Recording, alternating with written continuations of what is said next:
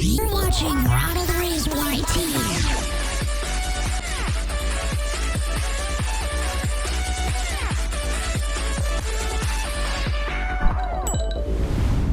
Hello everyone, this is Ronald Riz coming at you once again. If you know me, you know I'm a third eye. In today's world, there are plenty of amazing creators sticking their necks out there and pushing the limits of all the crazy popular social media apps in the world. Especially all of the creators I've met so far who have welcomed me into this community with open arms. I just wanted to toss that in the air before the poop out of my bum splatters all over the hacks I'll be spitting about today. As you'll see, for every turkey tom, there's a Mickey Snot Green. Even written in one of Newton's laws of physics, for every YouTuber, there's an equal and opposite freebooter. Today, I'll be talking about the 3 kinds of videos that peeve me the F off. And that'll be starting with...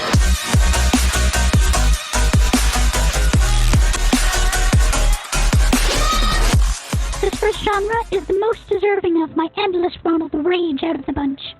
If you've ever opened YouTube and made a search, as long as you've watched maybe at least one video, there will be a subsection called People Also Watched, which, more often than not, is filled with videos that have borderline softcore porn in the thumbnail.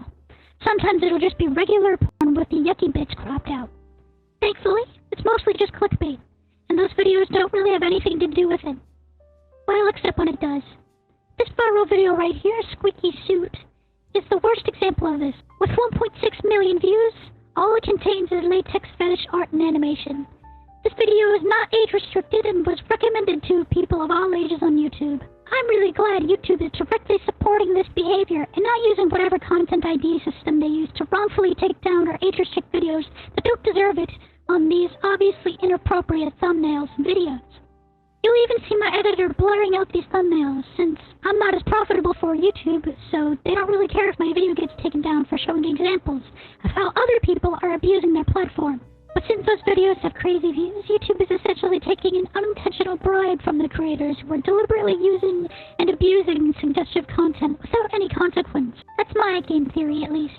But you know, even if these people are exposing suggestive and inappropriate content to a platform full of children, they're being original. That's more than I can say about it.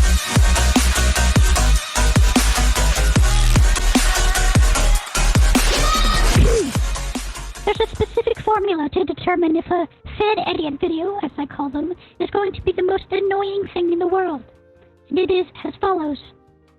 A video title that includes the name of a fictional character or a content creator. A brief description of the mood of the character, usually containing only one adjective to describe their behavior throughout the video. And lastly, the length of the video in the title itself. This will pair with a thumbnail that consists of a goofy/silly, and I'm sorry for using those words, screenshots of the character, usually zoomed in with the radio blur or distortion effect around them, and surrounded by useless emojis to fill out the space. And there you have it, a template for the most bland and annoying kind of content I can think of. As for the video itself, it'll be riddled with annoying zoom edits at random, often used in tandem with really gay text that, to the farthest extent of my knowledge, is supposed to represent an inner dialogue for whoever's on screen. They're essentially role-playing as whoever the video is about by writing what they think the character would be thinking. It's pathetic. This video here, Willy Wonka being Willy Wonka for 6 minutes straight, is the most egregious example of everything I've just mentioned. It's borderline impossible to watch, from the awful meaningless editing to really cringy LARPing, and its thieving nature by just taking scenes from a movie, adding nothing, and posting it to YouTube like it's your own creation. All these make it a cancer among the editing community. If you have or have ever enjoyed a piece of content akin to this, you probably still use Tumblr. You're probably the most unbearable person I can think of. The kind of person who, when criticized, will bring numbers and views and subscribers into the equation. The kind of person who will pull some rinky-dinky, yeah, I know you are, but what am I, comeback when someone calls you out for your talentless nature. You are not a professional video editor. You are a thief, and worse, you're annoying.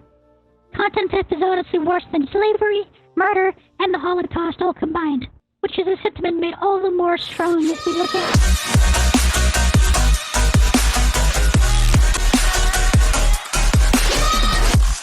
If you're familiar with the name Bentelect, you're probably aware that he's a weird, egotistical sex pest. If you've been aware of him before he was caught with his winky between his legs after displaying what could only be described as L-Riz, His content was honestly worse than his gross behavior towards women.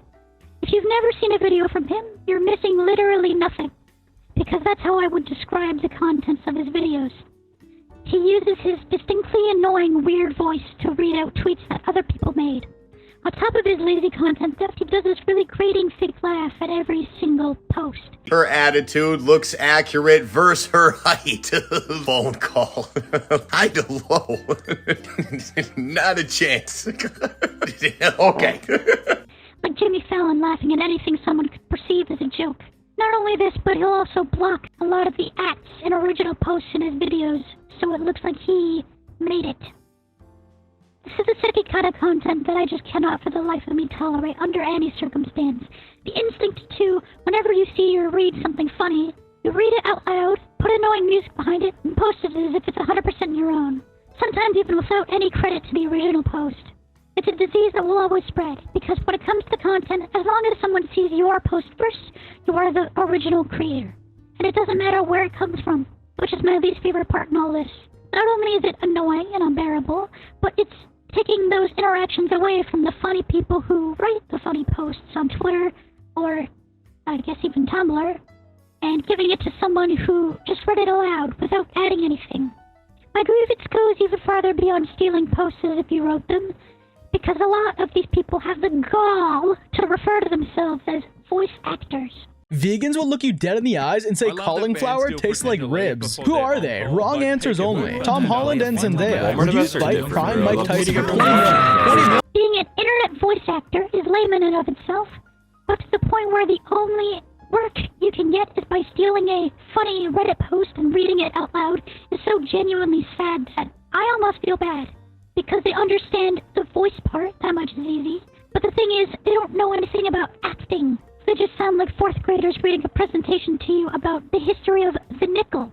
Calling these people voice actors is a gross insult to the actual voice actors who have spent years honing their performance art, who can, actually act. It's just meaningless bottom-of-the-barrel crap that the internet just can't help but scoop up. When people turn their brain off, they start turning to substances and things, and their brain starts to...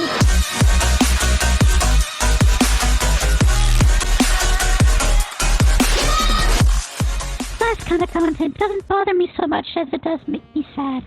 I'm sure that a lot of you are familiar with the Misfits YouTuber groups, such as, Fits, Swagger Souls, and all them.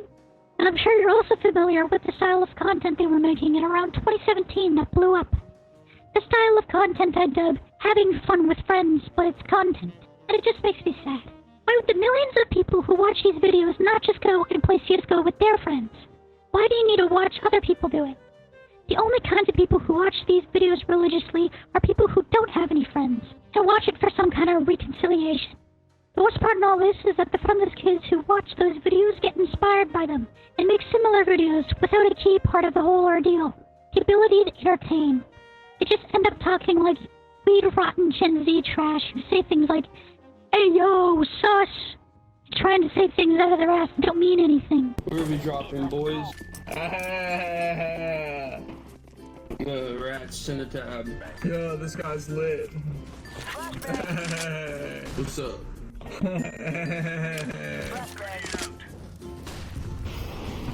What's wrong with you? And I can't find it funny because they're not my friends. I don't know who these fucking people are. I don't know their in-jokes. I'd rather call up my homeboys and play 2K on the couch, chilling and drinking Purple Flarp. Anyhow, after all this, I should probably reach some sort of...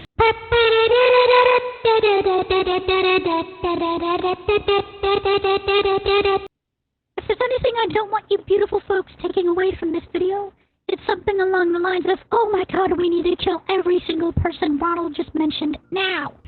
While I disagree and dislike this content, I'm still going to respect the creators' privacy as people, and separate the filth they excrete onto the internet from who they actually are as people. Because for the most part, they're probably nice. Probably. The only thing I do want you guys to take away from this video is to just think about the things you're watching. Don't turn your brain off when consuming content, because when you're not thinking critically about the things you're watching, you're not taking anything in. It just becomes white noise that doesn't benefit you, and only benefits the creators making garbage. Don't be like the rest of the sheeple who let the internet people tell you what to think. Come to your own conclusions. Form your own opinions. And most importantly, use your head. That's all for me this week, my Rizzes. And remember, stay edgy, stay crypto, and stay awesome, my friends. Ronald,